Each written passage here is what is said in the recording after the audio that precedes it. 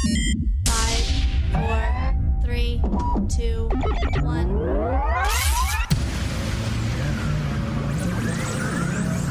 Ready.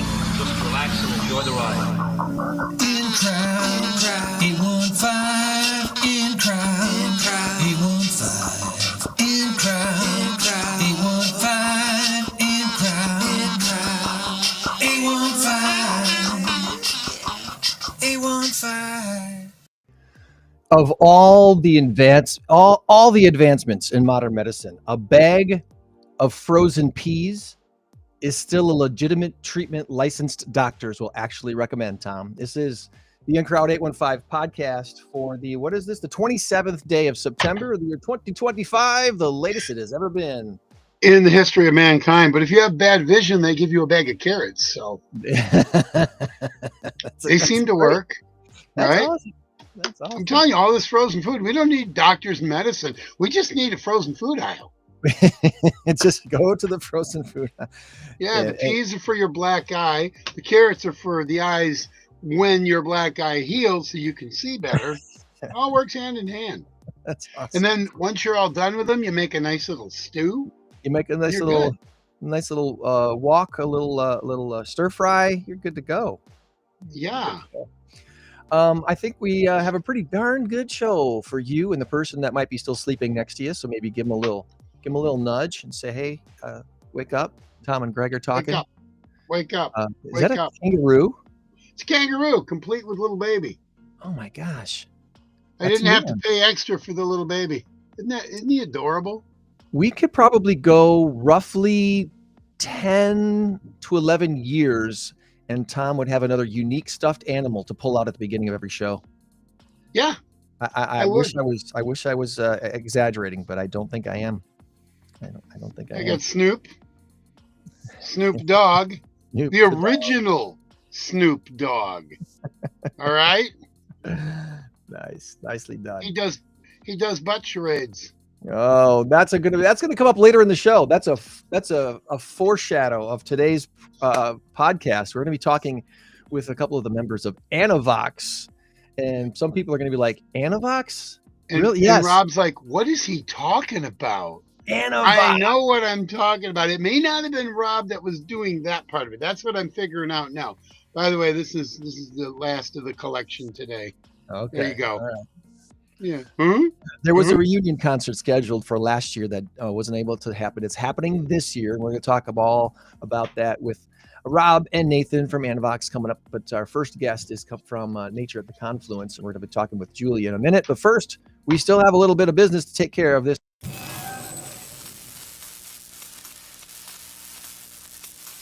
Our big number of the week, our current race to 10 has Greg, that's me, in the lead by a score of 6-5. And our big number of the week, as you see scrolling on the bottom of the screen right now, is 342,000 is the answer. Valking or Van? I don't even know what Valking means. I wonder if both words are replacing a W with a V, or just one of those two words is replacing a W with a V. Or did you just miss-hit? Let's see, the V and the W, how far apart are they on the keyboard? Very far. They're quite, well, not really. They're both left hand. W up there and the V down there. So you instead of hitting with the ring finger, you hit with the index finger. That's all. I often hit an N instead of an M, or an M instead of an N, but I don't think I ever have hit a V instead of a W. That's not something I think I've ever done before. I once hit a VW. I saw an accident once that I'm sure was staged. I'm sure it was on purpose for like someone was scamming insurance, because I watched a guy at the corner of Kishwaukee and Broadway, like had to be deliberately crashing into each other, because it was too slow not to be deliberate. Yeah. Didn't want to hurt the guy, but I wanted to damage his car. I wanted him to damage mine. We're getting insurance out of this thing. I'm telling you. This has been like 10, 12 years ago now. This is a long time ago. That's just funny. There's a lot of things like that going on out there. Oh my goodness. All right. Well, let's see. I think I have. Do I have a thing? Uh, I have a website to bring up. How about that? We're gonna bring up this website real quick and put this on the screen. Our first guest today is the executive director of this thing called Nature at the Confluence. You've probably heard this before and have wondered, what is this? And thankfully, we have someone to explain it all to us today. Her name is Julie, and I think her last name is pronounced Uram, but she can tell me if it's pronounced in a different way. Julie, good morning to you.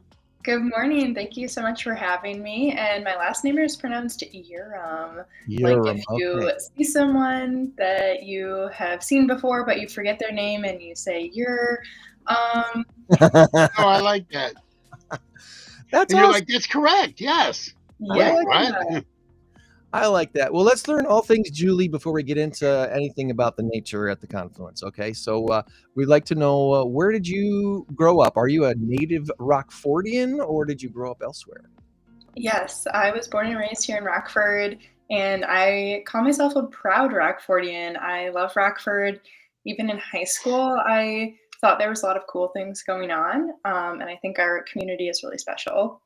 I think so too. I think so. I'm a transplant, but I've spent nearly all but a year and a half of my adult life, maybe 2 years of my adult life, have all been spent here, and I'm happy to be here. So, and so tell us your school affiliations. Where did you go to school? Yeah, I feel like I have to shout out to Spectrum School. It's a small private school not many people know about, but it's an arts integrated school. And that is really a place that helped me grow creatively and think outside the box. So I went to Spectrum for 4 years. I went to Boylan Catholic High School. My dad taught there before I was born until he just retired recently. So it made sense for us to go there. And then I went to Drake University in Des Moines, Iowa, where I got my bachelor's. I double majored in environmental sustainability and rhetoric. And then I almost immediately started a master's program after I finished the bachelor's because Drake said to recent graduates, you can have 25% off of our virtual master's programs, and we love a deal. So I got a master's in communications with a focus in public affairs and advocacy. And I did that master's while I started working. I moved back to Rockford and was working and did that at the same time. And I never was planning to end up at a nature center, but it turns out that that combination of studying people and social systems and policy and advocacy and how do we talk about making change, all of those things are super relevant to a nature center. Sure. Wow. There's so many bunny trails we could chase down here, Tom.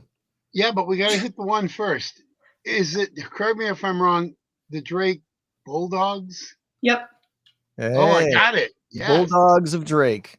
Yes. So she went from being a Titan to a Bulldog, Tom. That's what we're That's going right. after. And neither one I can really make fun of. I mean, you could be fearful of both of those things. So I got nothing. That's right. And I also have to shout out, it's not on the academic side as much, but in high school, I joined the Rockford YMCA rowing club that takes students from all different area high schools. And that was one of the reasons I chose Drake, is they have a women's rowing team. So I got to come back and row at Rockford's Head of the Rock Regatta with Drake's team. Now as an adult, I'm on the Rockford Masters team, and October 12th is Head of the Rock. It's such a unique and huge athletic event that everyone's invited to. So you're friends with Chelsea Blatz. You realize that water's cold on October 12th, right? Hopefully you're not in it. It's that right. Yeah. It's not as cold October 12th as it is like March or April after the winter. Yeah. So, you know. Oh no, there's an iceberg. Quick, go left. Rowing's an interesting discipline, isn't it? I mean, you're on a team. So it's one of those sports that most people probably don't quite get, because most people don't get a chance to do. You got to row a certain way. You've got to be a certain speed. You really got to be in tune with your teammates. Yes, absolutely. And it's really a humbling experience to learn how to row in a boat with other people. Some people really love it once you get it, and some people you'd rather be moving in your own way and not Yeah. be under the constraints of other bodies around you. But something I like about it is that it takes me out of my own head, and we say, like, your head is in the boat. You have to have your head in the boat, thinking about who's in front of you and these constant repeating movements, because if your brain starts to wander, you're going to mess up the boat. There's so many similarities to being in a band or Yeah, being on stage in a play, or it's something like that. You once you've set those things in motion, it's like you're responsible for being that cog in the machine, and you got to keep spinning the same way or things go bad. Things go exactly. bad. So how many folks work at Nature at the Confluence? What does the organization look like that maybe people don't know or see? Yeah, thank you for asking. I'm the first full-time staff member. So we were founded in 2017, and the founding executive director worked part-time year-round, but more so programming in the summer. And after 5 years, she said this organization is ready for a full-time person to lead it. So I hopped on 3.5 years ago. And just this year in 2025, we hired our second permanent staff member who is part time, but maybe we'll increase that with time. So there's two staff members, and then we always have an intern. We have summer interns.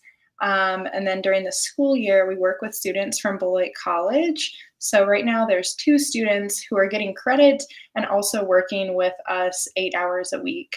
Um, and it's 8 hours a week, but they also significantly contribute.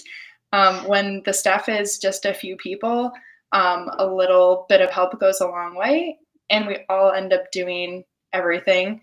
So I gotta imagine, and don't take this the wrong way, but I got to imagine when you talk to some people about your job that they think it could possibly be the most boring thing in all of the world. I mean, right? Because what do you do managing nature? And I'm sure there's a whole ton of moving parts, and there's a whole bunch of things that could be done. That there's a lot of things you'd like to do that you can't because of resources and finances and such. So if you're trying to, if you were trying to sell me on the idea of either working for or supporting your organization, what's the most exciting thing you can tell people about Nature at the Confluence and why they should be involved with your organization? yeah, it's funny you say that because I do regularly have folks come in and say, "Oh, you're just sitting here, you're just Watching doing the nothing." trees grow. Or like, "I want your job, you're just hanging out." Yeah. And it's so easy for us um, to not understand what is in someone's job, right? Um, my coworker said this recently, that our job is, when you get down to the very basis of it, we are helping people see the land, and the land speaks for itself. And so that to me is the most fun and exciting part, is that I get to be outside every day. I'm deeply connected with the changing of the seasons. I'm always learning new plant species and new bird and insect species that we have around. But then I'm helping other people also recognize that awe and wonder that is all around us. Also, gain environmental education so we can understand the changing climate, how we can reduce pollution, and just the magnificent beauty that we are a part of. So yeah, you're scrolling through our blog, which is contributed to from our interns, from myself, as well as sometimes local news stories that highlight us. Little shout out to Isabella Molitor for some writing in here. Jess Savage writing some stuff for your blog recently. You know, we're only as a people, we're only 100 or so years into this thing where we're living in urban environments, and there's so many people disconnected with nature. It's kind of sad. It is. I'm sure you are well more aware and versed in that than I am, but I just, the idea that just 120 years ago, the greater majority of us lived off stuff. We grew on our own properties, on our own land, and it's just so few people do that now that we're losing sight of just what it means to care for the land that we so desperately need and Mhm. rely on. Yeah, absolutely. And we call ourselves an urban nature center because we specifically picked this site not just because we have the confluence of Turtle Creek and the Rock River, these magnificent mature cottonwood trees, and a really interesting story of this land and specific confluence, but also because this natural area is walkable to downtown Beloit, to Beloit College, to the South Beloit School District, and to a lot of neighborhoods. And we need nature centers that are close to people. Mm-hmm. Traditionally, nature centers were built on preserves that were further out from the city center that have been preserved for 100 plus years, which is amazing. But it can be harder for people to access if they don't have a car or as much free time or even the knowledge that the place exists. So we're right on Route 2. Hundreds, thousands of people drive by every day. Some people don't notice that we're there, but we're working on creating more visuals to draw the eye. But the concept of the Urban Nature Center, in my understanding, started in Milwaukee. So leaders from Beloit and South Beloit in the early 2000s took a trip and visited the Urban Ecology Center, which is a nonprofit in Milwaukee, and looked at their process and their success and said, how can we recreate that here at the state line? And I guess that's probably where I probably should have started this whole thing. What confluence? Define that for people who don't understand what that word even means. Why would that be in the title of your organization? That seems a little odd. Yeah, a confluence is simply where two bodies of water converge. Okay. So we are located at where Turtle Creek and the Rock River come together. The next confluence from the Rock River next biggest one would be the Mississippi River. And we are a nature center, but also a nature preserve, and doing events and giving people reasons to reconnect with nature in all sorts of ways at the confluence. And sometimes I shorten it to just the confluence because the area is so much more than our nature center or our nonprofit, which is Nature at the Confluence. It's really the Confluence project. So looking at that map, you can see the Rock River and then the Turtle Creek coming in there. Mm-hmm. But all the way down to Charles Street, pretty close to where your cursor is, that is all part of the Confluence project. So we're really only halfway in the development with the city of South Beloit of this area. Currently, the city of South Beloit is in the news. They're applying for a grant to get EPA funding to help expand the area and create even more of a public park and nature space. But we've been here now for 8 years. We have 2 miles of trails, a 5-acre native prairie, and a woodland that we're always working with our volunteers to keep restoring. So how many acres currently fall under your management there? The whole project area that could be developed is over 80 acres. Wow. The area that we manage that there are active trails on is probably a little less than half of that, but I don't know the exact acreage. So And that's why 2 miles of trails. Is that mostly the east side of the river? Or is there anything on the west side of the river? It's all the east side of the river. Okay. Yeah, but if you can see there in the river, there's this circle. It's a little island. Like the stuff here? Yeah, that is a large island in the river that is part of the Confluence project, that we leave for wildlife because there's an active eagle nest on the island that you can see from our trails. So folks come often to get a look at the eagles or to keep tabs on them, which makes it a really special place. All right, so I have to ask because I know the nature of people. Some people really just suck. Do you have to have a guard, a camera, something to make sure that some Yahoo with a beer in his hand doesn't go out there and say, "I'm gonna go see the Eagles"? I mean, I wouldn't put it past anybody to go out there and wade out, or I don't know how far in it is, but a little tiny rowboat, paddle boat, something like that. Is that a concern? That's for the most part, that's why it kind of works perfectly that there's this chunk of river between the island and our trail to naturally give a barrier to keep the eagles safe. Um, Yeah. when the river is low, sometimes in an intense drought, it's very shallow, and you could like wade across or go in a small boat. And we don't keep a camera down there to make sure people don't. We just hope that most people are good. Yeah. Mhm. I think if somebody does something like that, society is going to point them out. They're Yeah. we take care of our own when it comes to that. So There's enough other eagle things to keep an eye on around here. So there's yeah, other things to do. So I've been doing this for a while, Julie, and hopefully I haven't proofread this one yet, so I'm not sure how good or bad this is going to be.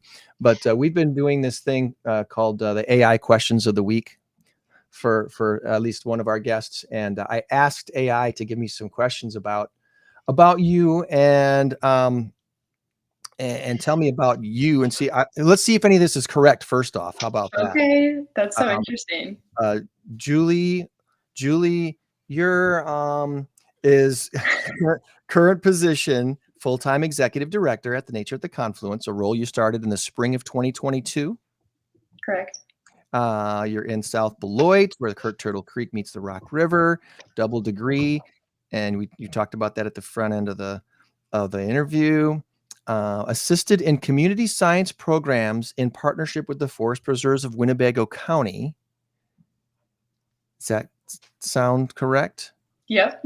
Community science programs. What kind of community science programs have you done with Forest Preserves in Winnebago County? Yeah, so I participated in that while serving as an AmeriCorps member at Severson Dells Nature Center. Oh, nice.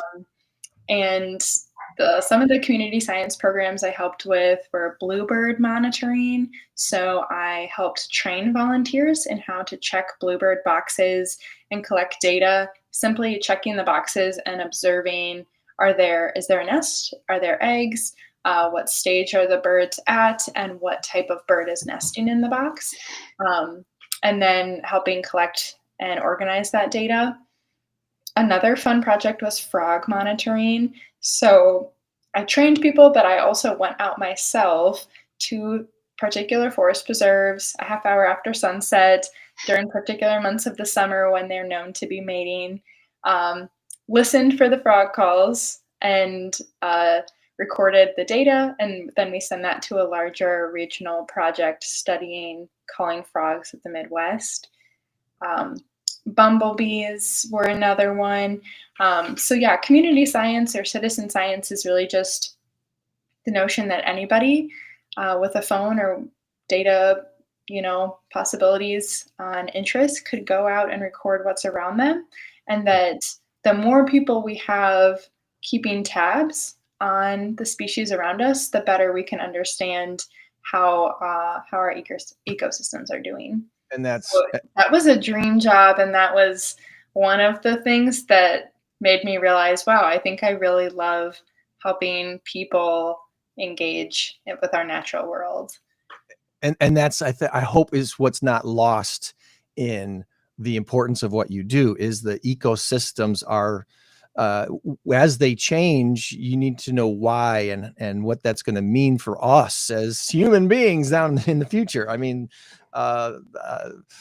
throughout we could go in a whole different, again, it's all kinds of bunny trails about the past and what possibly could have happened, whether you want to talk about the glacier age and how it changed, Wisconsin and Northern Illinois way back in the day, things that we can affect as humans, things that we can't affect because they're way bigger than us, and what that means for our future, the sustainability of where we live and how we eat and interact and all that stuff. So there's so many implications to what you're doing, Julie. I hope people understand how important it is.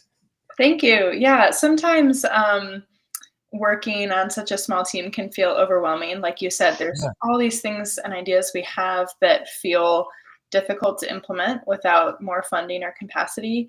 But at the same time, it's a dream job. And I can't imagine, or I can't believe how lucky I am to get to work in the garden, play with kids in the dirt, help people identify birds, and do so many fun, amazing things that, like you said, are essential to our future.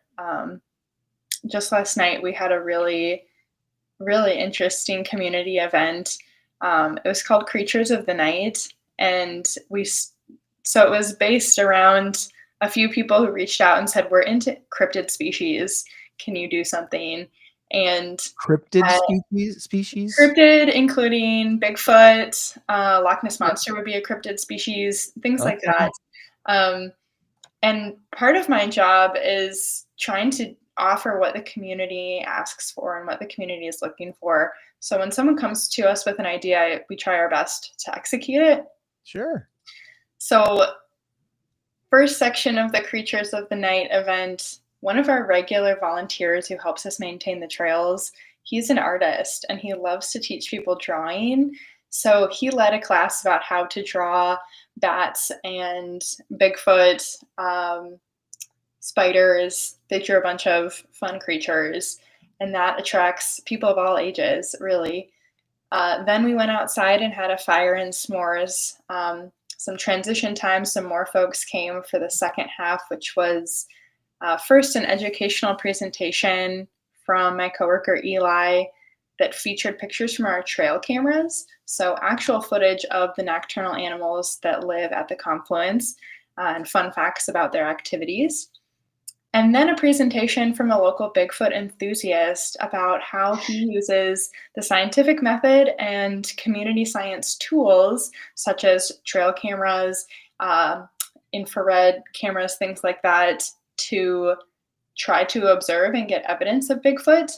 But along the way, he has gotten evidence of so many other species that are of note, that are in themselves a community science project.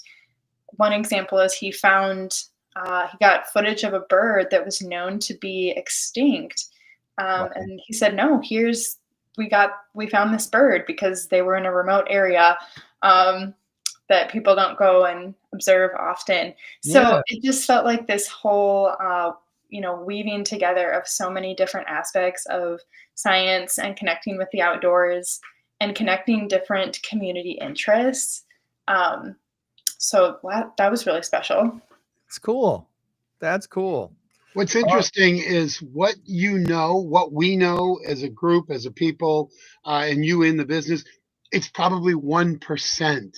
I mean, the rest of it, what we don't know is out there. And it's so much. Does that make sense? Absolutely. We have so much more to learn. The deepest parts of the ocean and the parts of the forests and deserts and such that we just haven't really explored. And there are areas in the world that we've never even been to. I mean, wow, it's amazing. I have one real quick question, if I may interrupt. Julie, how much of your job, percentage-wise, is, say, like fundraising? Because you get to do all the fun stuff with going on the nature walks and the snap, but then you got to sit down there and make a few phone calls. Hello, can you please donate? I mean, that's got to be kind of difficult when you'd rather be out there with the trees, with the nature, with the people. How much of your job is fundraising? Or do you have other people that do it for you? Great question. I would say I do most of the fundraising. Of course, our board of directors is supportive of all of that as well. But we don't contract out any fundraiser type of person. I mean, I I guess if you want a percentage, like maybe 15, 20% of my time is related to fundraising and development. But there's also, if you take like a marketing perspective, like so many different things come back to fundraising. Just the fact of posting regularly on Facebook so that there is this virtual trail of demonstrating what we do and how we're reaching people, so that if any old person who wants to know, well, why should I give money to Nature of the Confluence? What do they do? In addition to our website, having an updated social media with lots of pictures helps that. Or also our programs, like having high quality programs that people enjoy that might inspire someone to donate or to tell their story and have somebody donate. So it's almost impossible to say like how much is fundraising, because so many things come back to building up the relationships and the trust of our visitors and the community at large. I do track my time and how I spend it, and the categories I have are taking care of our property and our facilities, indoor and outdoor. I think administrative things like hiring, supervising, personnel management, professional development, and networking. Then we've got the fundraising and development, looking for sponsorships, grants, writing thank you letters, and reporting. We also have the marketing and communications and advertising. So our website, our social media, our newsletter, printing T-shirts and selling T-shirts. That's a form of advertisement. Mm-hmm. Going on the TV news. And then the last two sections are program preparation, setup, and cleanup, and then the program time itself. And I've heard it said, at least in the environmental education space, like for every 1 hour that you're going to teach a program or lead a field trip, it's going to be at least 5 hours of planning. Emailing the teacher, what day are we meeting and how many students, and then getting the supplies, and then training the staff or volunteers, setting it all up, and then afterwards cleaning it up, surveying the group, debriefing. It's a lot. Yeah, it's so fun. Yes, again, it's one of those things that most people only see the finished product and they think, oh, your job is so easy. They don't understand all the prep that takes place beforehand, all the cleanup that happens afterwards. So yeah, that's good to educate people of that too, and remind people that there's a lot that goes into what you do. I got 3 questions, but we're going to wrap things up here with 2. All right. So the questions that AI gave me today, we've already answered really most of them. So one of them was, your strategic goals include enhancing facilities, engaging a more diverse spectrum of the community, building a sustainable organizational structure. Of all the stuff that you're doing right now, what do you anticipate will be the greatest challenge in the next 3 to 5 years? And are there any specific projects or initiatives currently underway to address what you see as your biggest challenge as an organization right now? That's a great question. I'm in budget season. Most organizations are right now. So just thinking about all of our different streams of revenue and playing the estimation game of, will things stay the same or not? And what funding sources can we rely on for this year or for years to come? It's an interesting challenge that all nonprofits, most nonprofits are facing.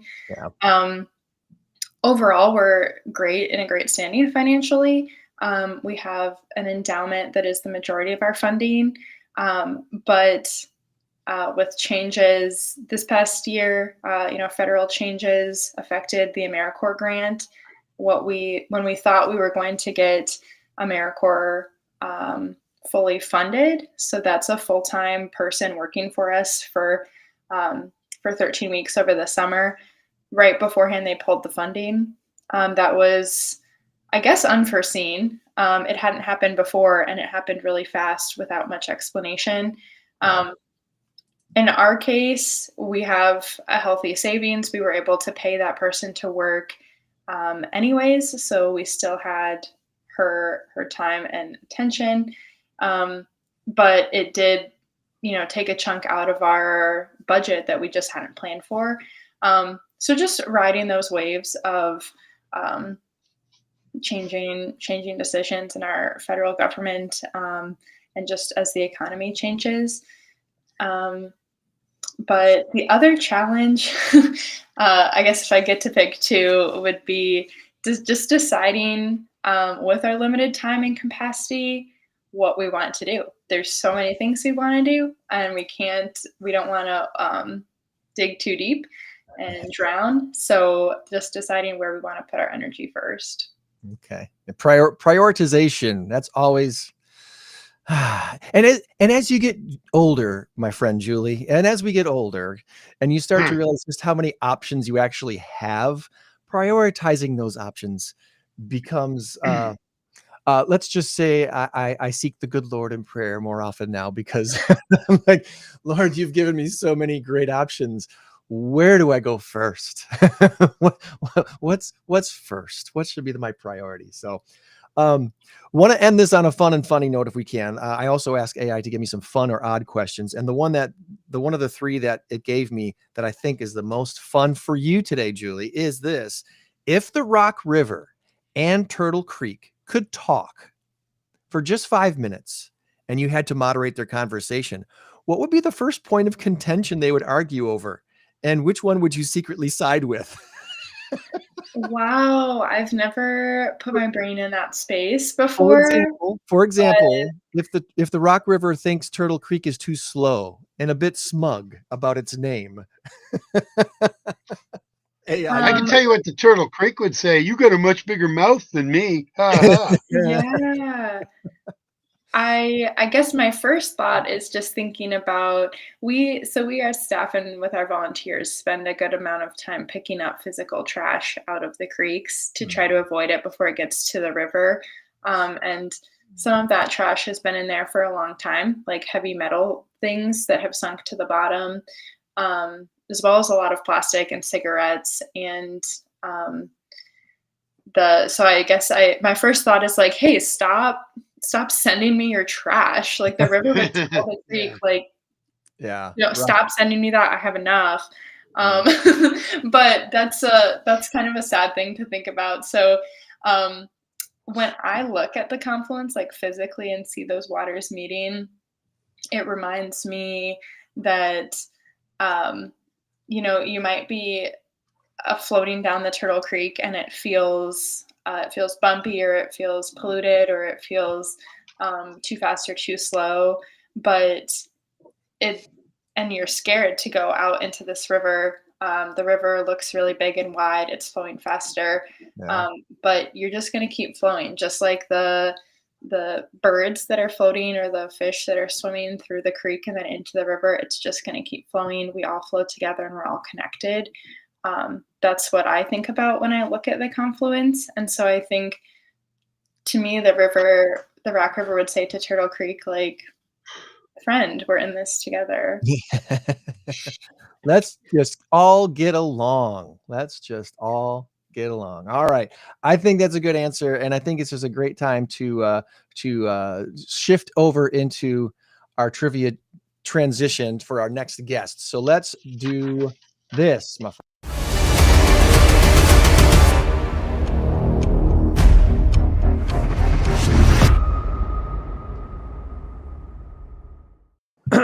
We'll bring on Nathan and Rob, our friends from Anavox, who will be our next guests this morning. Gentlemen, meet Julie. Hi, Julie. It's great to meet you. What an awesome job you have. What an interesting job you have. Thank you so much. I hope you all get a chance to come up and visit Nature at the Confluence this fall. Well, Nathan is one with nature right now. Rob is relegated to his basement, so it's a beautiful morning. It's a really beautiful for late September. Like, we couldn't ask for much more right now. To quote the Rascals, yes. All right, so real quick, two things, cleanup duty. Julie, when you order a pizza or something like that, and somebody says, and you give me your last name, how do you spell that? How many times out of 100 does that happen?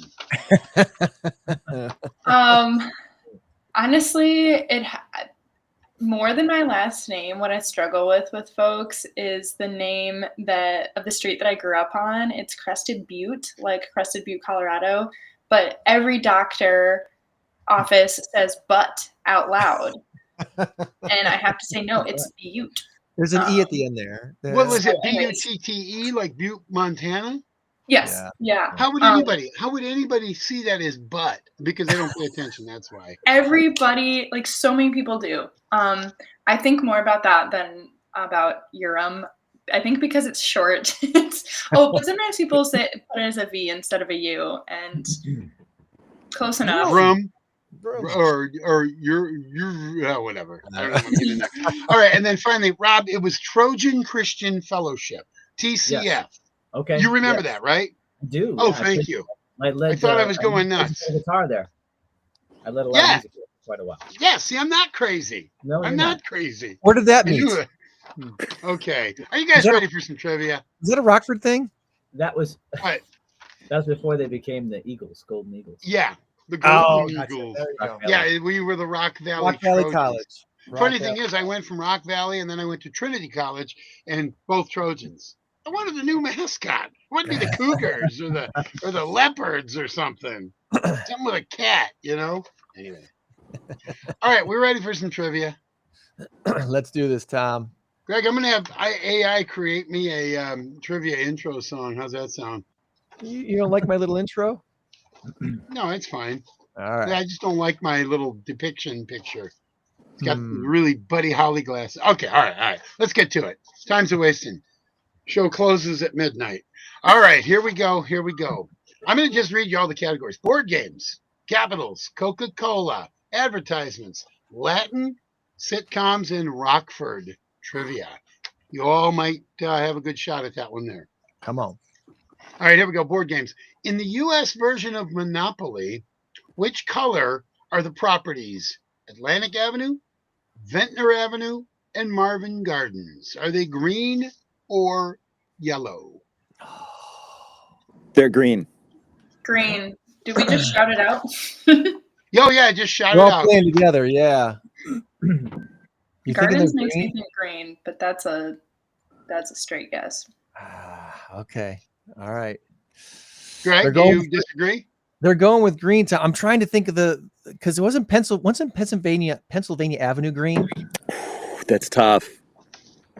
Well, I know the Reading Railroad, which would be in Pennsylvania, was black. Yeah, no. That doesn't help. I'm trying to think. I'm trying to see the Monopoly board in my head, and I thought Pennsylvania Avenue was green, so the other ones must have been yellow. That's really tough, but I'm going to stick with my original answer. All right, we're going with our gut on green, Tom. It is as yellow as my shirt. Go Packers.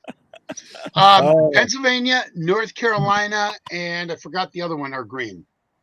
All right. So, Greg, you were correct. I didn't want to. I mean, if you say it first, then I will kind of steer you. But all right, here we go. What is the capital of Serbia? Is it Belgrade or is it Minsk? This might be a tough one. I apologize. Never been to Serbia. No one else. I've never been to Spain either. But I kind of like the music. I think it's. I love that song. Yeah, Three Dog Night. Very good. Very good. Once again, what is the capital of Serbia? Is it Belgrade or is it Minsk? Minsk, I think. I'm gonna go with Minsk too. All right. It's a copycat, but Come on, Mink. It's Belgrade. Oh no, we're over 2, guys. I thought that. All right, he's got 7 questions for us. For my hope every week is we at least get 4. I want to do better than 50%. So we need to come back. We're pulling for a comeback. All right, here we go. The rest of them should be fairly easy from here on out. Yeah, whatever. My nose growing? No, I'm kidding. Yes, it is. All right. Coca-Cola. In 1985, Coca-Cola changed their formula and called it what? Was it New Coke or Coca-Cola Classic? New Coke. New Coke. New Coke. And then after several people got fired, 6 months later, they came back with Coca-Cola Classic. Such a bad idea. Terrible This is the idea. dumbest thing ever. I used to work at Coca-Cola. My boss said, yeah, well, but when we add new Coke and Coca-Cola Classic to the mix, we get extra sales, and the other companies hate it. No, that's not justification. Someone screwed up. Just admit it. You know, I heard that when they brought back Coca-Cola Classic after that their sales skyrocketed, that it was such a savior situation of the whole company when it was like You Coca-Cola are exactly Classic is back. correct. That is exactly correct. Maybe that was and that part of the wasn't plan. Right? well. That was that was an after the fact. Somebody in marketing should have gotten a raise because he said, "Listen, let's do this. Let's go back to it, and we'll promote it as Coca-Cola Classic." And then, of course, they don't put it on there anymore. Now it's just Coca-Cola. So, but yeah, that was. If someone took credit for, well, that was my marketing idea to come out with this new stuff and then come back. No, that's a lie. All right, here we go. Advertisements. There's a current TV series of ads starring Dr. Rick suggesting that you shouldn't become your parents just because you bought a home. Is it a Geico commercial or a Progressive commercial? Once again, current TV series of ads starring Dr. Rick. I really like the ads. Suggesting that you shouldn't become your parents just because you bought a home. Is it a Geico advertisement or a Progressive advertisement?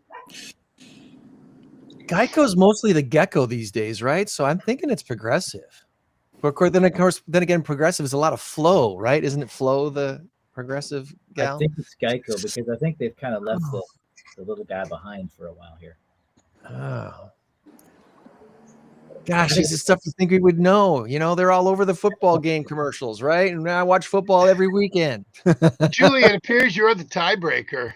I'm going to go with Geico, although it's a blind guess. I've never owned a TV. Like, I don't watch any TV right now. I couldn't tell you any commercials. Kudos to you. Kudos to you. Wow, no, that's cool. I couldn't survive without my TV. All right, unfortunately, it's Progressive. It is Progressive. Oh, my Oh, no. All right. It's not done yet, though. We still have a chance. Anybody have any Latin background? What does the Latin? E pluribus union. E pluribus. You're no. You're there you go. There you go. Sorry. All right. What does the Latin phrase "carpe diem" mean in English? Seize the day. Seize the day. Yes. Yes. 100%. 100%, Julie. We won. Very good, Jules. The new nickname, Jules. Guys, I took a little bit of Latin in elementary school, and we learned head, shoulders, knees, and toes. Do you want to learn it in Latin real fast? Okay. Yeah. Yeah. Caput. Caput. Like a K. Okay. Caput. I feel like a C. Caput. Caput. Humerus. Humerus. Genu. Genu. Your knees. And then peds is your feet. Peds. Peds should be easy one to remember. So CPUD. Caput. Right? Or K or whatever. C. Caput. Humerus. I think starts with U. Wow. Don't Google to confirm. Just trust. Just trust. Ladies and gentlemen, now you know why I did so poorly in school. I can't pay attention for more than 12 seconds. All right, here we go. In the sitcom The Jeffersons, yeah, we're moving on up. Move on What up. business did George and Louise, or Wheezy, own? Oh my gosh, what Dry cleaners. I was going to say, if Clothing anyone cleaning. knows this, Rob's going to get this. I know it. Yeah. Yep. Once you get the answer, but I shouldn't say that, because then if you do get it, or if I don't say anything, then you're like, well, wait, he didn't go like that. Yeah, you got it. So it can't be that, and I don't want to throw you off. But anyway, all right. So you're, I believe you're 3 for 3 here. Yeah. 3 down. This is it. This determines This my is happiness for the whole tiebreaker. This weekend. determines whether you're or eh. All right. She's too young to know it, even though she doesn't have a TV. She's too young to know that one. Oh yeah, right. I mean, you have a certain age to know about the Jeffersons anyway. Yeah, that's right. A spin-off of the All in the Family.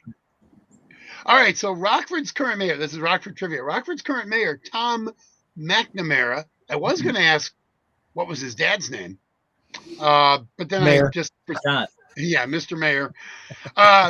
He first took office in what year? Was it 2013 or 2017? As mayor? As mayor, yep. 2017. I'm So pretty once sure again- he was a alderman or whatever in 13, but a mayor in 17. Ooh, you guys Agree. nailed it. 4 and 3. Not bad. All not bad. right. Not bad. All That's it can't be 60%. It's like 58% or maybe 62%. So We're can't be not math 60 because majors. yeah. All right, there you go. That's it. Thank Well you done, for guys. your participation.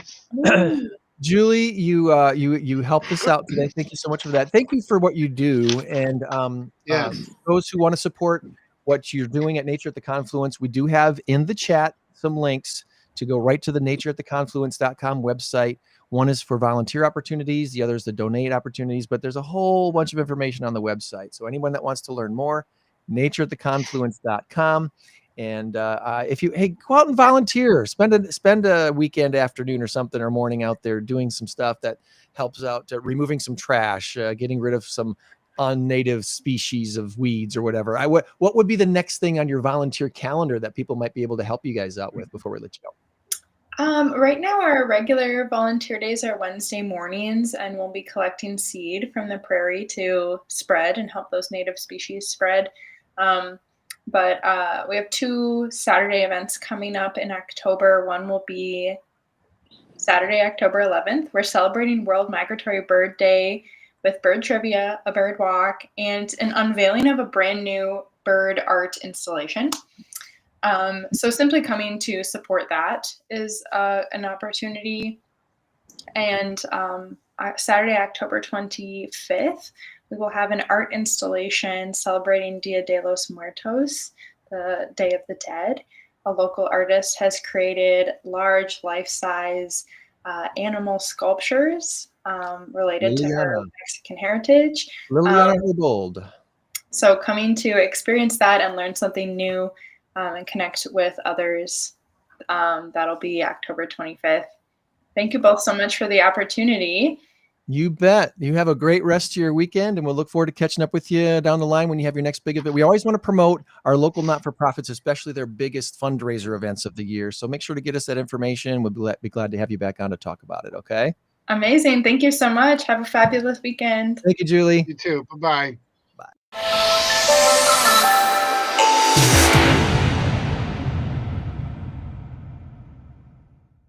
Right, Anavox is on the screen, and we're so thrilled with what's coming up for you gentlemen. Thanks for jumping on with us today, guys. So glad to. Thank you. Thank you for having us so much. Now, there might be somebody, maybe 2, maybe 3 people that have no clue what in the world Anavox even is. So for those who did not have the privilege to know what you guys did back in the day, tell people what you tell people when they ask, what is Anavox? Yeah, Rob, go ahead. Okay, we're just so kind. All right, I'm going to go. So we are a Christian rock band that we started in the late 90s, and we started right here in Rockford, Illinois.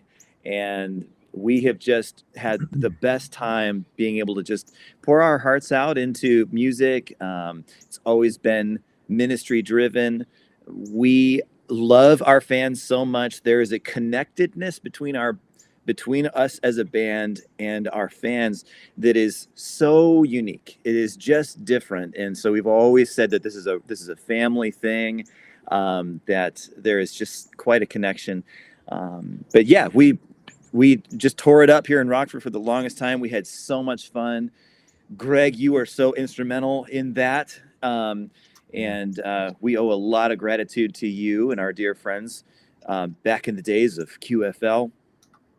And we took off to Nashville in the early 2000s, and got to do quite a run out there and experienced some really, really awesome stuff. Toured and had quite a bit of radio play and did some singles. Spent some time with record labels and just got to experience some really great things.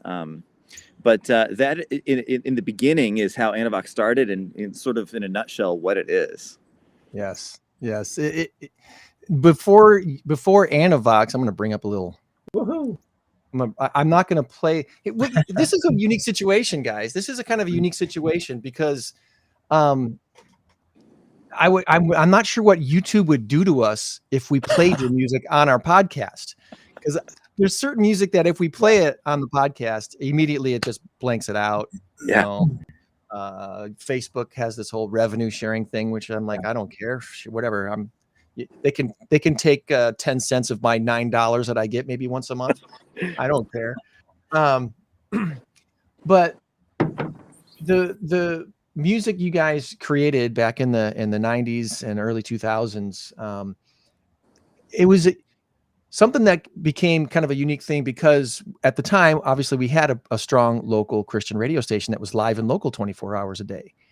And that's something that doesn't exist anymore. And I know there's a lot of the young people that don't get just how special that really was to have a live local radio station to play stuff that was local. And we got really blessed to have a few bands locally that actually made music worthy of being on the radio. And you guys were one of them. So kudos to you for doing something that was high quality enough to put on the airwaves. Do you remember the first day you guys heard your song on the radio?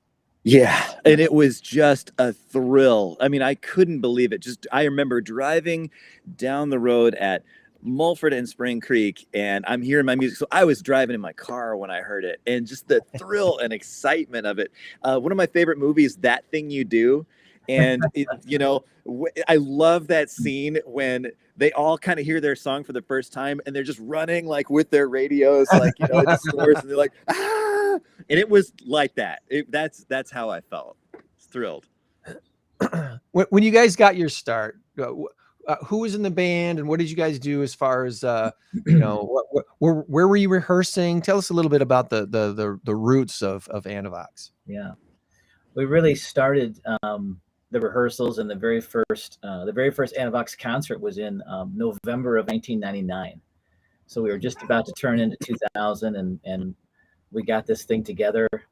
Kind of threw together a first show very quickly. Went out and did a quick photo shoot before we had ever played a show, and came together. Brought in some songs that were kind of in the very early stages of being written and brought together, and it was. Nathan Fry here was on bass and vocals. I was on guitar and some vocals. Ben Phillips there, you can see him on the drums. And then Michael Corin there, you see on the right, lead vocalist, main songwriter, incredible songwriter, and guy that, and brother to us. So we love him so much. And we just went. We just took off, and a lot of really good things happened, and they happened kind of quickly for us, really. Yeah. It was a little bit surprising even that we were able to get in and play in certain venues and certain audiences that a lot of Christian bands didn't have the opportunity to play for, and we were given some really cool opportunities very quickly. And it wasn't because we were so great. We really kind of believe that God really opened some doors for us and let us do some things that were beyond us. Really, they were really beyond our natural ability and talent. And so it was a joy. I mean, it was a little bit of a roller coaster, very, very fast rising, and super exciting. So yeah. What was your first like real concert where people showed up and you knew you had something special? What was that first? Because I'm not saying the first concert that you ever did, because it probably wasn't that moment, but the first concert where you're like, we actually have something here. This is something that people are connecting with. It actually was the first concert. Go ahead, Nate. Yeah, you know what? So, okay, we were just so excited about this, and we were all in before we'd even played. We had been just rehearsing. We knew before that we played that there was something special to what we had. And I'll tell you, back then we didn't have Facebook and Instagram and all of that. So we printed off, hundreds and hundreds, probably thousands of paper flyers, like Save the Clock Tower looking flyers, and we put them on everything. We went to like we would go to parking lots and we would fill an entire parking lot of like, whatever major store or whatever. We would put them on windshields of cars. We'd go into stores and stick them on windows and in bulletin boards.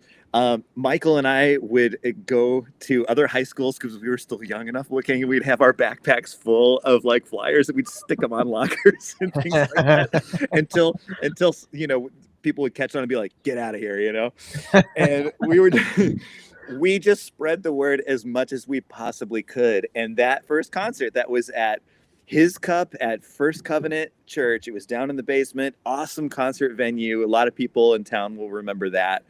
And that place was packed. It was full of people. We worked so hard to promote it, and we were ready to do it. They counted the door. It was 340 people there, and the room could barely hold that, and it was just packed. And we couldn't believe it. And it was all, young people from the area that were excited to see this new young band. And you got to remember that, Nathan and Michael and Ben were all 18, 19 years old. In fact, when we very first started, Ben was still 17, the drummer. Right. He was that young. I was the old guy, but these guys were just teenagers. That first show. I'm in the recordings, the first album. They're still in their teens when we recorded the album. And you guys, did you meet at the same church or did you meet somewhere else? What was for the foundation of actually meeting as band members for the first time? Michael and I had been friends for so long already. He and I were part of a youth group here in town, part of a church at Rockford First Assembly. And we ultimately went to school together. He and I were in the same class together. We knew Ben. He also went to the same school, and he was just a year, beneath us. And so we had been playing music, getting to do some fun things, just jamming around, playing for chapel, stuff like that. And we met Rob on a Sunday morning at a church that he was working at the time. And we were definitely trying to impress Rob. We had been told, like, hey, you need to know this guy. He can help take you to the next level. This was the beginning stages before there was ever an Anavox or anything like that. But it was the beginning stages of the relationship, getting to know Rob. And we hit it off. And I mean, back then, we were just babies in music, just trying to nervously, just like trying to make sure like I don't screw something up. And then this guy thinks that, we're no good. Met Rob there, built a great relationship with him. And it kind of blew up from there. I'll pass it to you, Rob. Yeah, I mean, the thing I just always go back to is how young these guys were, and they were just so excited, and they had something special. So they had kind of already formed this trio of Mike, Nate, and Ben, and they needed a guitarist, and I was in the perfect place where it was perfect for me to step in and help out, being a little older and about 10 or 11 years older, and having some experience already playing around in bands and that kind of thing. And so that came in helpful. And but they just had so much passion and energy, and already just great songs that Michael and Nathan are writing. And they're really great songs. I can say that because I didn't write them. Just fantastic songs that were beyond their years very early on.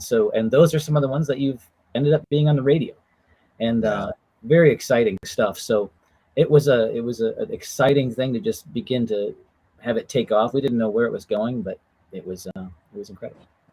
I want to say, and my timing might be off because I'm losing some memories of exactly the way things went. But I want to say right before you guys, we were playing some music on the radio from Joe Club.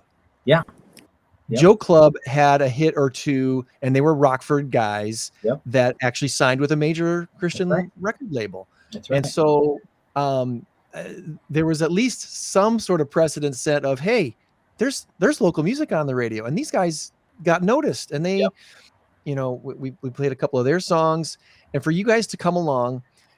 And trust me, you were not the only local band that came up with music to the radio station and said, we got something cool, we got something special, because most of it just was not even close to being radio quality stuff. It might have been good songs, it might have been good writing, it might have been good lyrics and everything. But to be on a broadcast terrestrial radio station, it needed to have something special. There's a production element that needs to be there, and then of course the song itself needed to be something that was worthy of being on the air. And Joe Club got it done first, at least as far as I can remember. Yeah, they did. There was another guy out of Iowa that we played we played one of his songs. I forget his name off the top of my head here, but there was a quote unquote kind of local guy that was starting to make it big. That was also in the mid to late 90s. Was that Peter Ide? Peter Ide. That sound familiar or no? That does sound familiar. Not the guy that I was thinking of though. And I can't, David something, I think his name was David.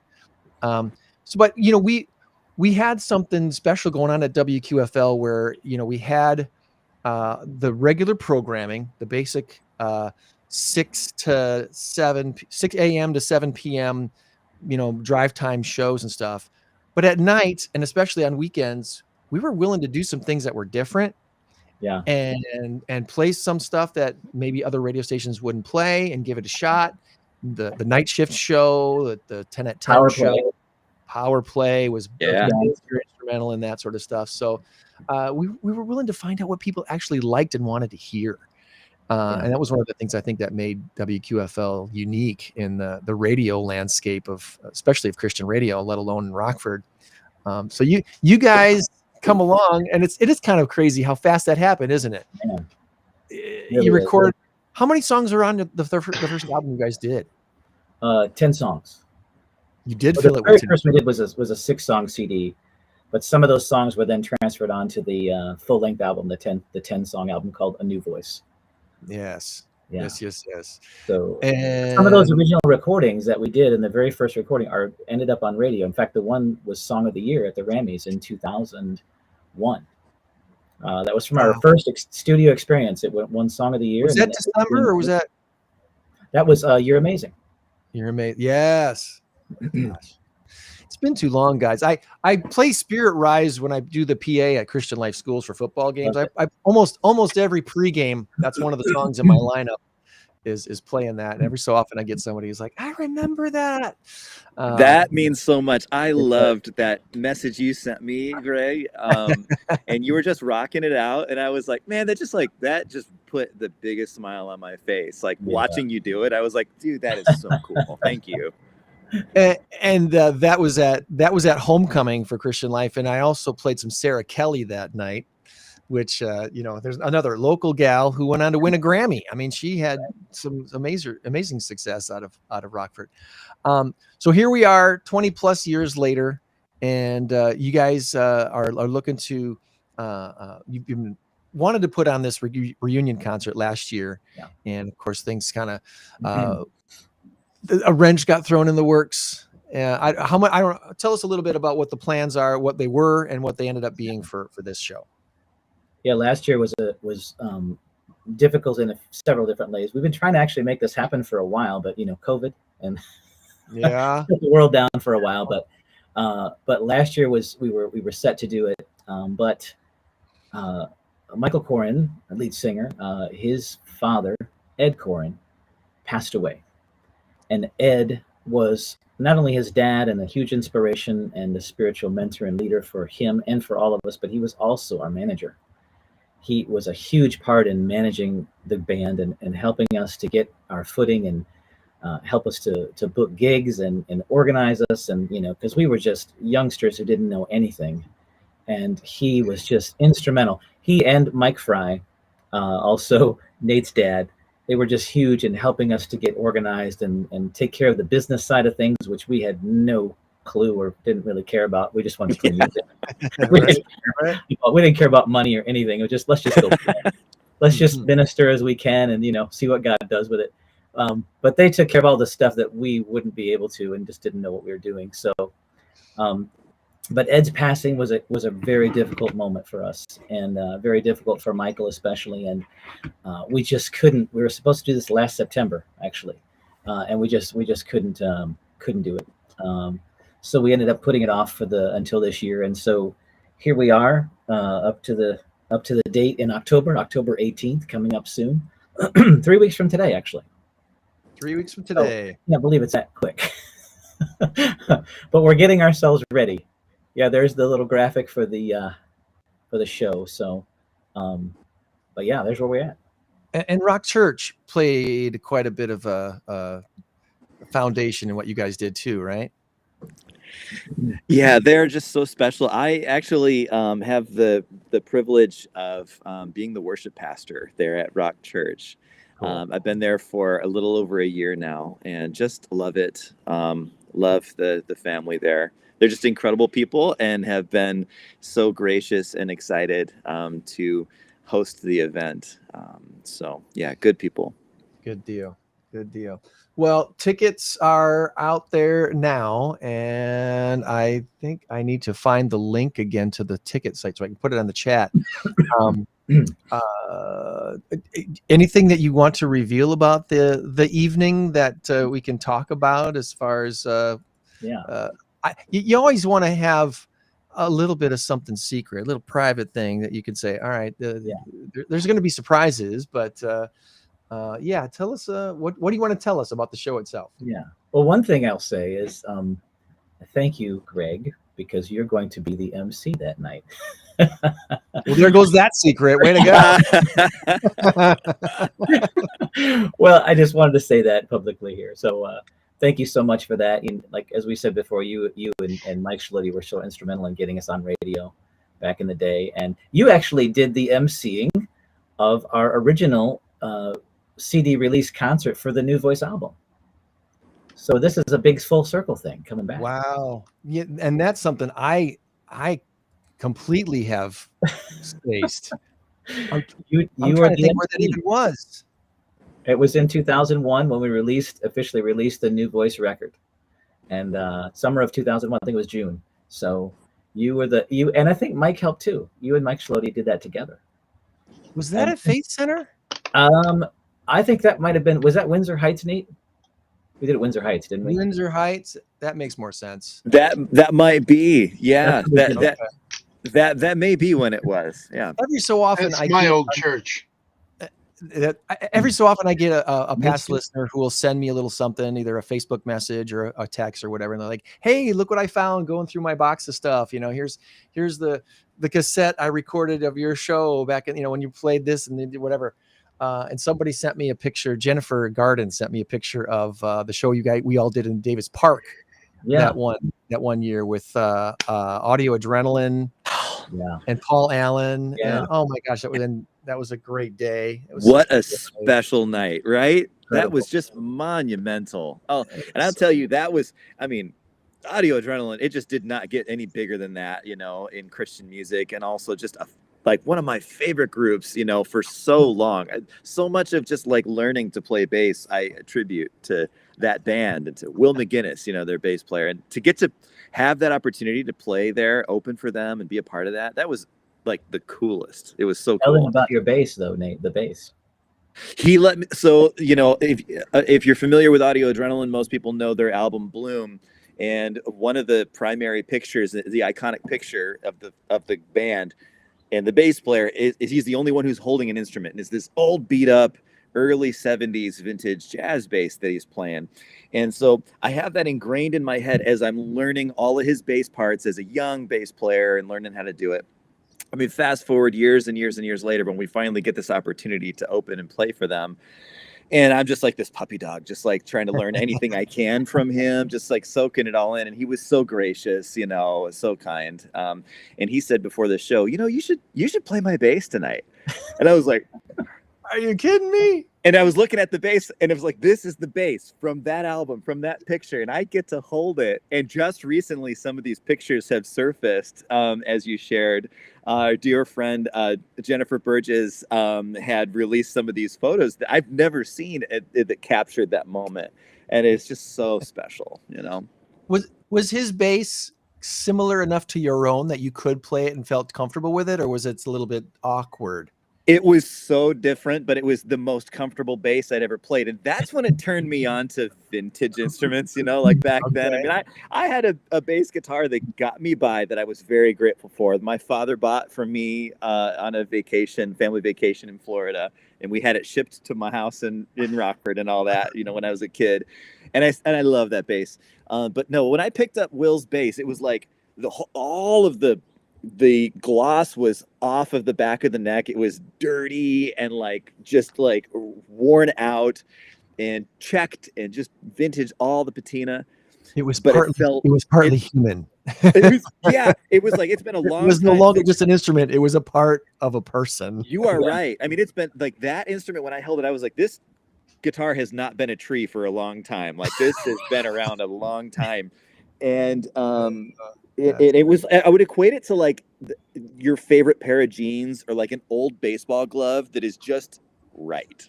Yeah. So although it was different, I was like, oh yeah. And then that kind of set me on my path for later years, chasing down vintage instruments that felt like that. So Anavox gets its start. You get some songs on the radio in Rockford. Where did you guys end up going? Did you go much outside of the state line area? What was kind of the career capsule, if you will, of the Anavox band? I think one of our favorite opportunities we had was we were brought down to Petrie City, to Atlanta area, to be a part of something called 4 Nights in October, and it was 4 nights of a huge Christian music fest, and we got to open the entire thing on the first night, and we opened for Mercy Me, and that was the moment. The moment was the big song in the world at that moment. Even crossing over was I Can Only Imagine, and we got to open for those guys, got to meet them, and all these other people, all these other artists that were out there those next few nights. It was great. Right. In fact, Mercy Me, he actually needed an amp, and so he played through my Marshall amp that night. So that was really fun. So I had the biggest song in the world being played through my Marshall at that show. That was really fun. Wow, that is cool. And that's the song they tried to give to Amy Grant. She's like, no, you guys need to do this. Yeah, song. yeah. This song is bigger than anybody, and you wrote it. You need to do it. That's really special. That's cool. Yeah. And so that was. Would you count that as kind of your highlight outside the state line area of all the stuff that you were able to do? I would say probably. Wouldn't you think, Nate?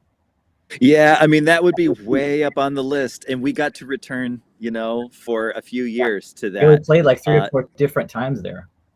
Yeah, and so we were able to play with, artists like Nicole C. Mullen, Apologetics. Yeah.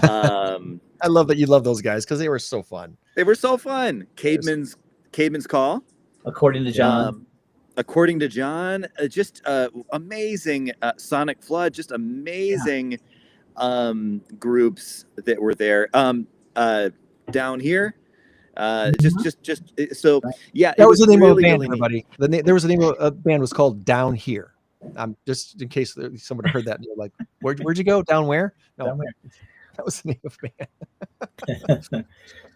Oh, yeah. Good stuff. So, I know you're going to be sharing some stuff on October 18th, and people get a chance to hear some more stories and stuff of your guys' experiences and stuff. But anything else that you wanted to make sure we talk about today, just to get out there to let people know about what's going on with Anavox? And I don't even know, because the recording industry in itself obviously has changed dramatically over these last 5 to 10 years. It's not anything like it was back in the day when you could sell CDs, and because it seems to me nowadays, if a band doesn't tour, they're probably not making much money at all. Yeah. Merchandise sales is so different now than it was 20 years ago, right? It is in some ways, but I think there actually has been a comeback somewhat of CDs and vinyl live, because people want something tangible to take home.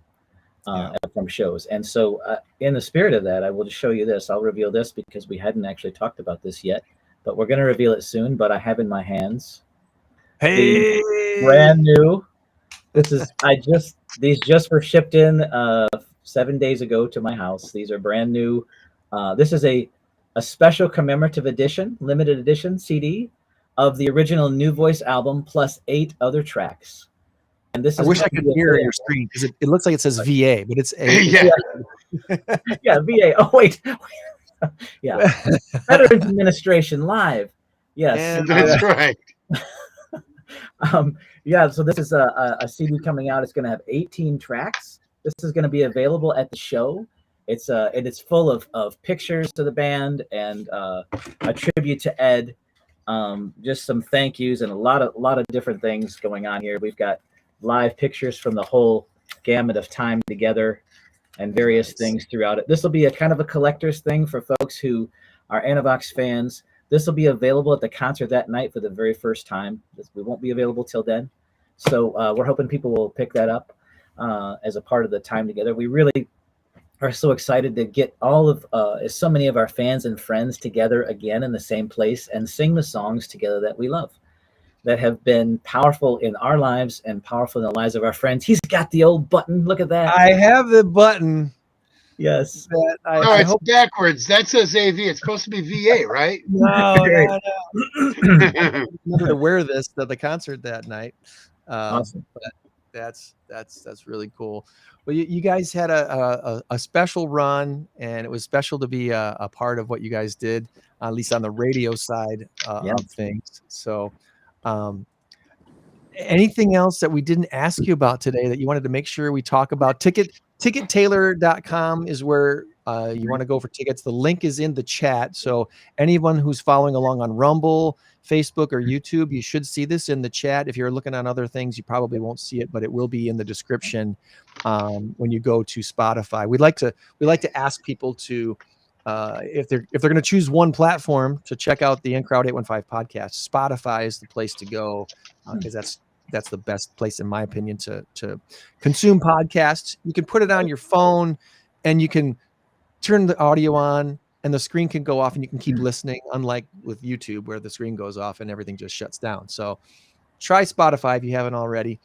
Anything else that you want to make sure we talk about before we let you go about your weekend and prepare for this big October 18th show? I would say, I mentioned it earlier when you asked us, what might be something that marks Anavox as unique? What is Anavox? And again, it is so much about the fans, the connection between the band and the fans. What we're really looking forward to that night is a culmination of just sweet people, relationships that we've built over the years. And many of us we live in different places, in the world, especially in the country. We're really looking forward to getting to see people who are traveling distances to be there. And we really believe in a lot of ways that this particular concert is sort of a homecoming. It's sort of a physical homecoming and then also a spiritual homecoming. We want to be an encouragement to people who need that just extra just need that, for whatever has happened over the last however many years since we've gotten to see you and be a part of this together. We want to be an encouragement, and we want to be able to be a light that just points you right back to love, truth, and grace. And we believe that all of those things are going to happen that night. So just a big, exciting ask just one last time to say, please make some time to be there that night because it's going to be a special evening, and we are just dying to get to see you. All right, so I gotta say this. Obviously, you're directed by God, and whatever God wants, God gets. But are you thinking maybe, like your prayers, please God, help bless this thing. You get a good enough showing, and you are feeling it. Are you thinking maybe go back in the studio, make another album, maybe do a little mini tour? Silence. Ooh. The thought is in our minds. Okay. All right. So you never know. We don't know. It's possible that this reunion show could bring some new things. and we are very open to that. If that's what God is leading us to do, we're looking Absolutely. forward to whatever it could be. So we don't really know. Of course, we don't know the future, but we have some desire in our hearts to possibly do some things beyond. But we will That's see. so good to hear. Yes. Well, Yeah, just echoing that, we're just thrilled to be able to get to do this. Yes. We're thrilled to be able to get to use the abilities that the Lord has given us to do. And we absolutely believe that God has more work in store.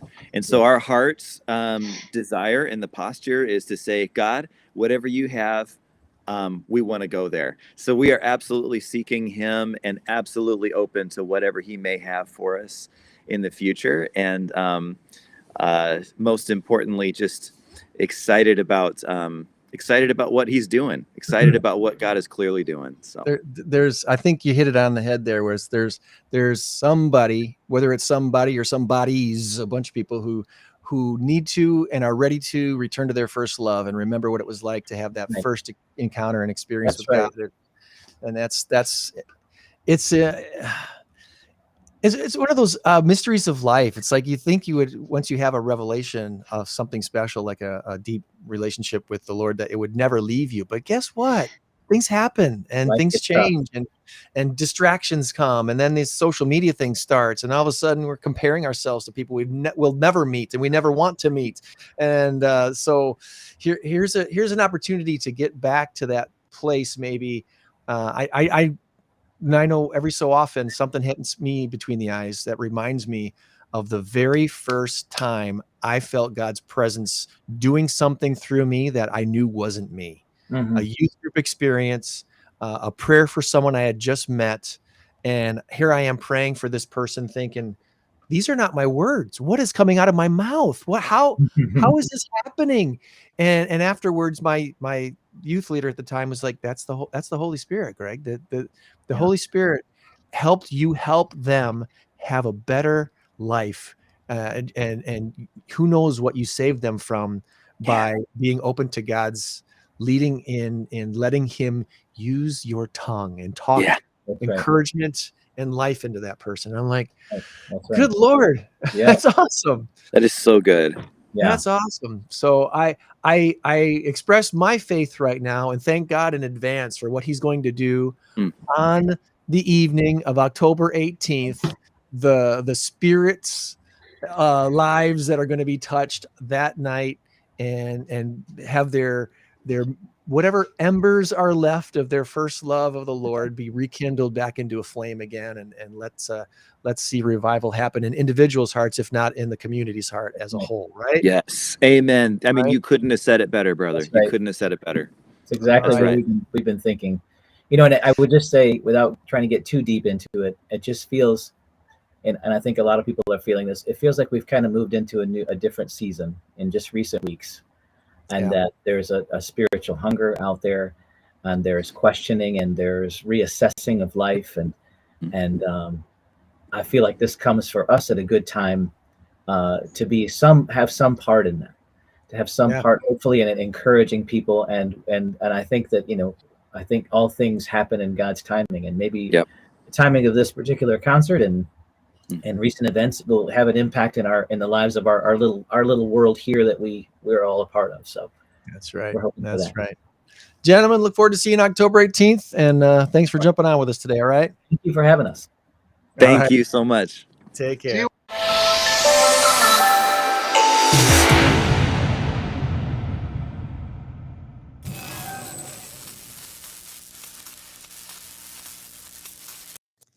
Oh, that was awesome. All right. We need to take care of this. That was so cool.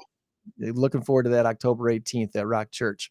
342,000, our big number of the week this week is the answer. Vulking or Van, you gave me your answer already because you texted it right away after I gave you this thing. So that's right. I'm going to put that here. Dog owners in Moscow have now been banned from doing something, Tom. This is going to be so odd. But this came up in the last week or two. Dog owners in Moscow are now banned from walking their pets bigger than 35 pounds when they're under the influence of alcohol. No dog walking in Moscow if you are drinking. I'm going to take So walking's not really even a word. That's not fair. That's not a word. I'm protesting. Oh, yeah. So the big number of the week this week, 342,000. That's how many people in the United States live full-time in a van down by the river. Full-time in an RV, boat, or van. That number is up 41% from 2019. Almost nearly 50%. 41% more people live in RVs, boats, or vans than they did in 2019. And now we're at about 342,000, which is what, about 1% of our population? There's roughly 350 million people in the US, something like that. That's no. That would be 0.01%, would it not? I'm bad at math. 10%. We talked about this earlier. Yeah, maybe. I don't know. What is the current population of the United States?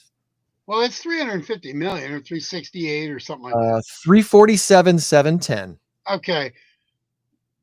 So just say, what is 1% of 350 million? We're doing math what on the is fly. 1% of 350 million? 47. The answer is 3,500,000. Yeah, 3,500,000 would be 1%. So 348,000. That's going to be like 0.1 or whatever, 0.01. It's such a bad idea to be doing math on the fly. Oh, I'm horrible at math. I just didn't think that sounded right. Yeah, you're right. 0.001%. Okay. Anyway, so there you go. If you know someone who lives in an RV or a boat or a van, it's not as uncommon maybe as you thought. Vulking. I'm going to think about this one all week. It's not fair. Come on, you got to have real words. Dog owners vulking their dogs in Moscow are banned from drink vulking with pets bigger than 35 Sounds like pounds. it should be illegal. It's considered dangerous to take them out while drunk. So no more vulking your dog in Moscow if you've been drinking. Well, you can't drive your van if you're drunk. I needed a V word.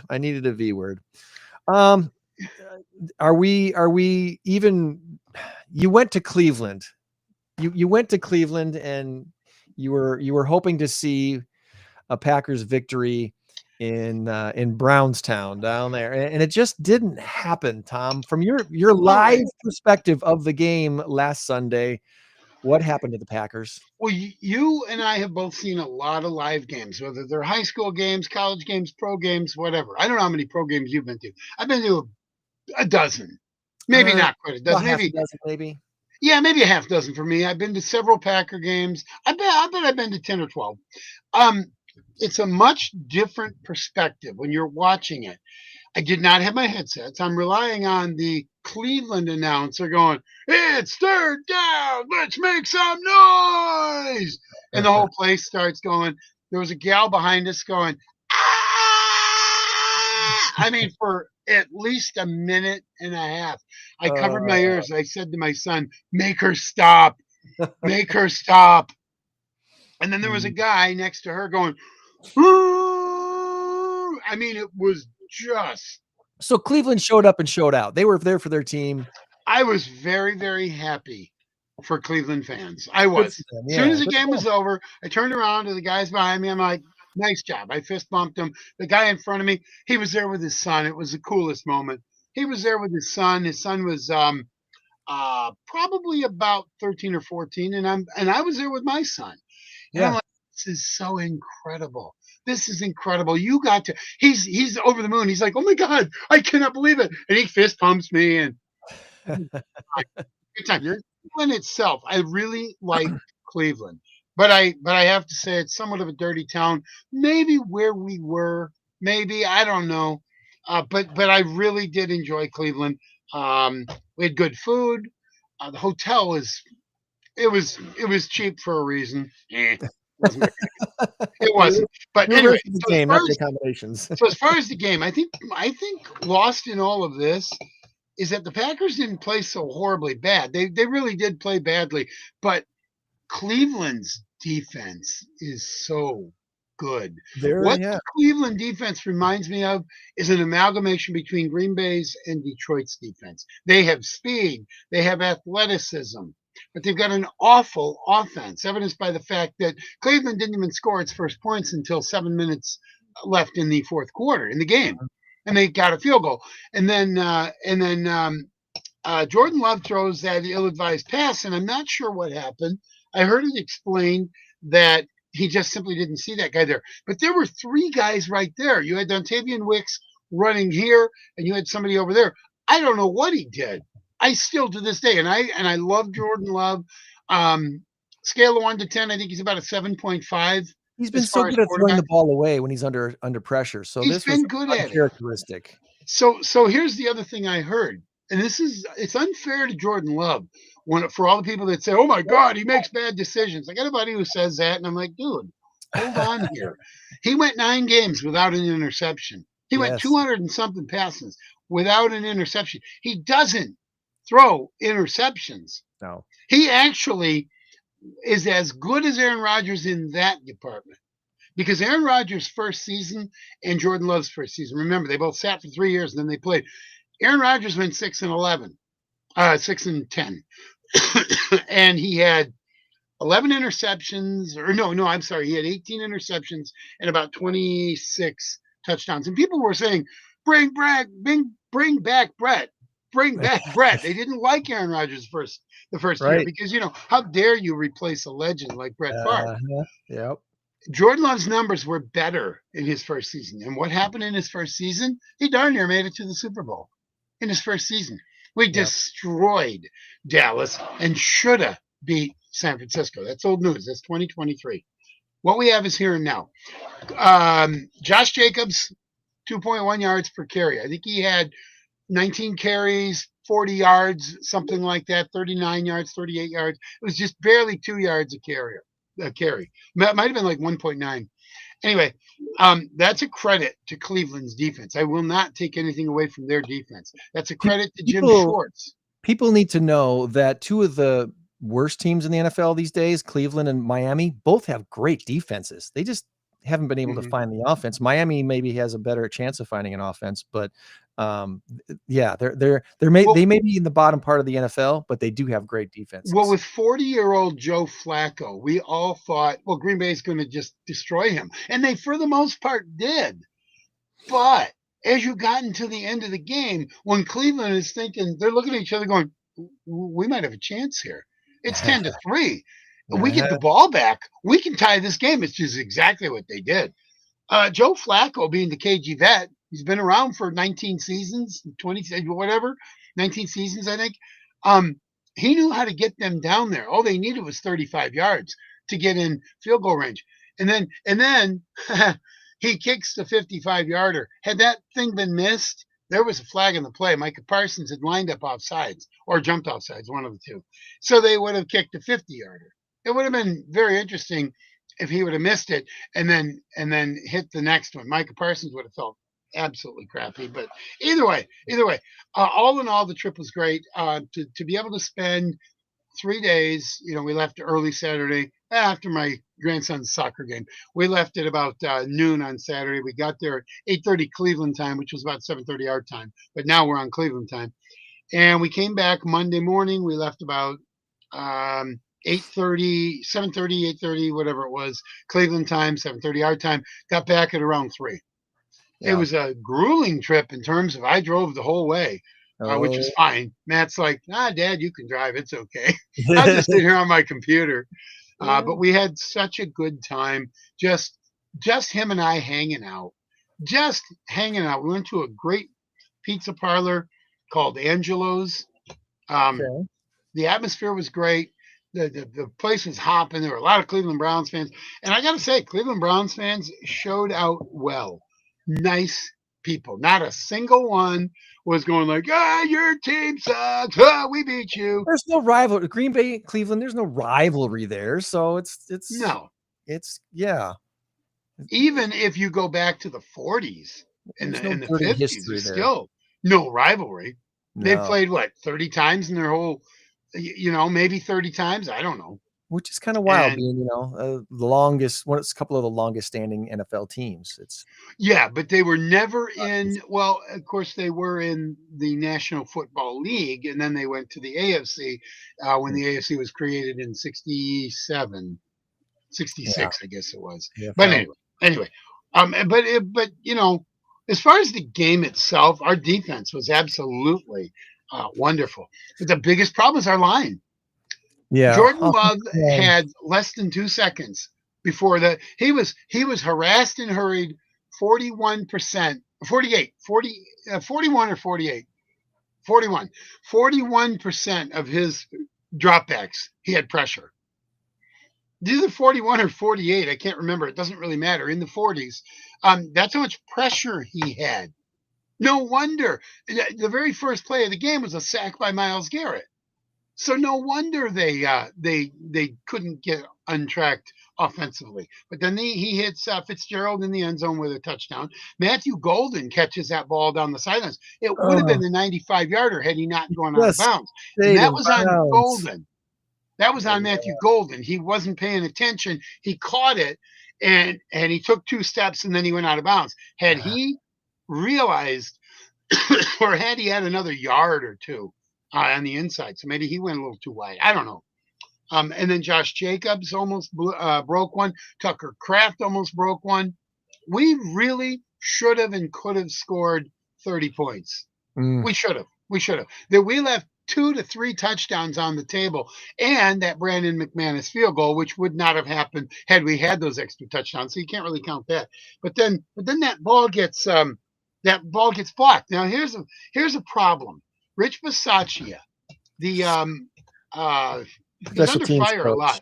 Yeah. He's our special teams coach. The guy that blocked the kick has had 6 blocks in his career. If you're Rich Bisaccia, you know that I want guy's my name. tallest guy on him. You know that guy's name, yes. We are going to neutralize him. He is not blocking this kick. You get off the line and you put him on his rear end. That's your job. I don't care what else happens. That's your job. He's the highest paid Rich special teams Bisaccia. coach in the NFL. Yeah, well, he needs to be the highest paid unemployment coach in the NFL. No, I was on board with him because I thought they were good for special teams a couple of years ago. Now I'm starting to wane. I'm sorry. I just no. Well, our defense showed up. What are you going to do? You get the ball. You give them the ball on the 42-yard line or 45-yard or whatever it was. All they have to do is, and then they got it down. The officiating, by the way, was awful. Absolutely awful. Every time I turned around, and Matthew and I are looking at each other going, where was the penalty? Are you kidding me? We're looking at the big screen. They showed the replay. And we're like, what? Are you kidding me? There were some really bad calls. And on that drive where they scored that touchdown to make it 10-10, they had first and goal. Well, they had we had third and goal on like the 8 or 9 yard line. Pass interference. That was one of the bad calls on the 1. We held them off. They ended up with a 15-yard face mask or something. It wasn't holding. It was chop block, high and low chop block. Yeah. Put him back to the 19-yard line, and then they ended up. And then there was another penalty that should have been a field goal. Should have been 10-6. At the very least, should have been a field goal. We held them. They had about 7 or 8 plays right inside the 20-yard line in the red zone. We held them. But 2 crucial penalties, neither of which should have been called. Neither of which should have been. Because I've seen all of the footage afterwards, and I'm hearing the commentaries like, what was that? That's not a penalty. It's almost like the Josh Jacobs play last year against Detroit, where Christian Watson is going through, and the guy runs into him. The Detroit defensive back runs into him, and they called a pick on Christian Watson. First of all, he was moving. He was running a route. Second of all, the other guy ran into him. Right. He didn't stop and go like that. He didn't move into his, it's just a horrible call. That was when Josh Jacobs scored what would have been the go-ahead touchdown. We ended up with a field goal that tied it. So, officiating the good news is they're playing a struggling Cowboys team this weekend. But how struggling they are could be in question, I guess. Okay, so there's a couple thoughts here. Number one, we said that Green Bay was going to beat Cleveland 117-3. Yeah. And that didn't happen. We lost the game. Okay, fine. So I'm a little trepidatious. I don't want to just make this claim that, oh yeah, we're gonna go in there and tear them up. Green Bay has a 6-game winning streak Green Bay's never lost in AT&T Stadium, Cowboys Stadium. Never.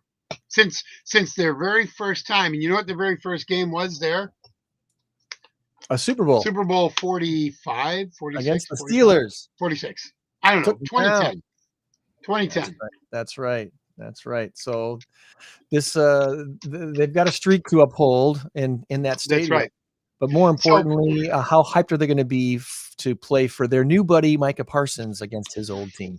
Well, see, now there's that, but there's also how hyped are Dallas Cowboys fans and players are they going to be to say, we don't need Micah? Because this is what Jerry Jones is saying. Hey, we love Micah, but, we had to make that decision. And we're going to be just fine. We're going to be just fine. Jerry Jones is a B-O-O-B. He's blue. Can I say that on the podcast? That was BADBOSS. That's a bad boss. That's bad boss. Yeah. I saw that movie. No, it was bad bosses. Horrible bosses. That was kind of funny. Anyway, I'm not gonna say the Packers are gonna lose this game, but I'm definitely a little more cautious now after that blown opportunity. Reasonably sure they're going to win the game, but I'm not going to. It's going to be a tough one. It's going to be a tough one. They don't have CeeDee Lamb. They don't have Tyler Collins or something. Cooper, maybe he's their offensive lineman. They don't have him. They're down. Their defense. They're down. They don't have who's the other part to the Micah Parsons thing. I can't remember his name. Tyrone, something. Anyway, he's out. And so they've got some stars, they've got some studs, and they've got Dak Prescott. I'm a huge Dak Prescott fan. I would love to see Dak Prescott win a Super Bowl someday because he's one of the nicest guys in the NFL. Just a terrific guy. I really do. And he's a very good quarterback. Unfortunately, he's saddled with Jerry Jones. He's kind of the second coming of Tony Romo. I mean, another great, nice guy, but couldn't get over that playoff bump, And his career almost reminds me of Phillip Rivers. Phillip Rivers, one of the nicest guys you'll ever meet, but could never, ever even get past the first round, maybe the second round of the playoffs. Yeah. He just never could, and it's not his fault. It's not Dak's fault. Dak did have a bad game 2 years ago in the playoffs. They lost 48-16. Oh, I'm sorry, 48-32. But anyway, for all practical purposes, it was 48-16. There were 2 minutes left, and they scored 2 gimme touchdowns. So. Well, we need to wrap this up. Do you dare make a prediction for the Dallas game Sunday? It's Sunday Night Football. It's prime time. It's Sunday Night Football. And Jordan Love does not shrink into the spotlight, so he does okay in the spotlight of games. He's been good. 26-19 Green Bay. I like that. Yeah. Well, I think Green Bay is capable of scoring 3 touchdowns, 2 field goals. I do think they're going to do that, and I think they're going to get. By the way, one other thing I want to say: I am so tired of Matt LaFleur playing conservative football. Let's go, Matt. This is a problem. This is a problem because we're going to run Jacobs to the right, Jacobs to the left, and now it's 3rd down and 7 or 8. And against a team that has a good defensive front 4, maybe some good blitzing linemen, you know what's coming. When you know what's coming, Jordan Love doesn't stand a chance back there. He's got a quick release. He's decent decision-making. But if you've got 2 guys coming in and he's ducking here and ducking there, that's a sack or a fumble. or he throws the ball up and it's intercepted.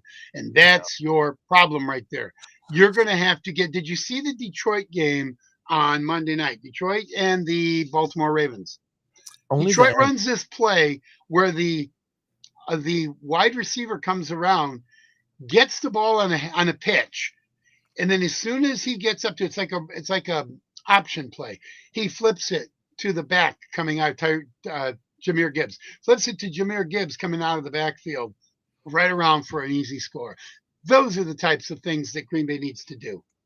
If you want to neutralize somebody like a Myles Garrett, and now in this case a Kenny Clark or whoever they have rushing, Dallas doesn't have a whole lot of stars. They don't have near the defense that Cleveland has. That's why I'm saying we're going to score some touchdowns and some field goals. But if you want to score some points and you want to get some quick yardage on a trick play, you have to do that kind of stuff. It's not going to work when you're constantly 3rd and 6, 3rd and 7, 3rd and 8, 3rd and 9, 3rd and 12. It's not going to work when you're doing that.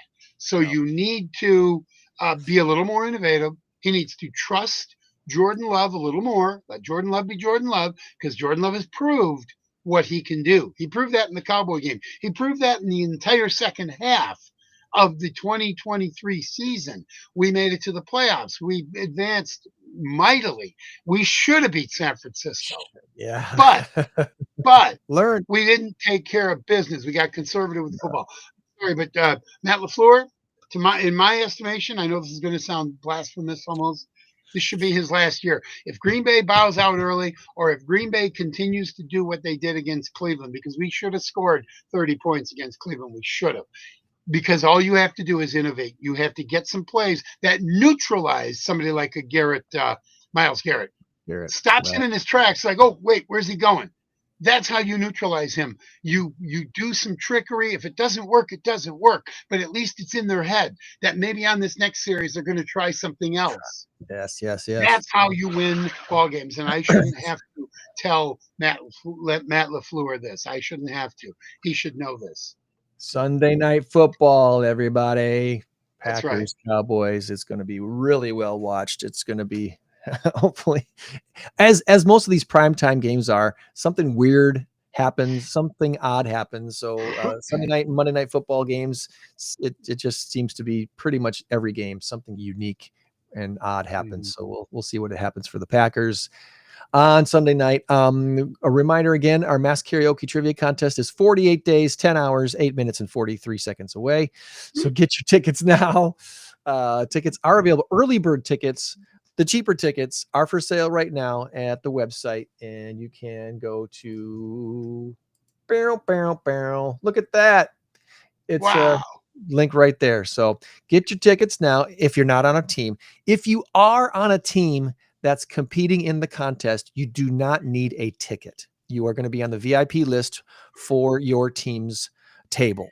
So, but you should get tickets for friends and family to come watch you compete, because that's what part of the fun is at Tabala, is to watch the karaoke contest. And and it's audience participation, correct? I mean, the judges hear the audience going, yeah, that was great, way to go.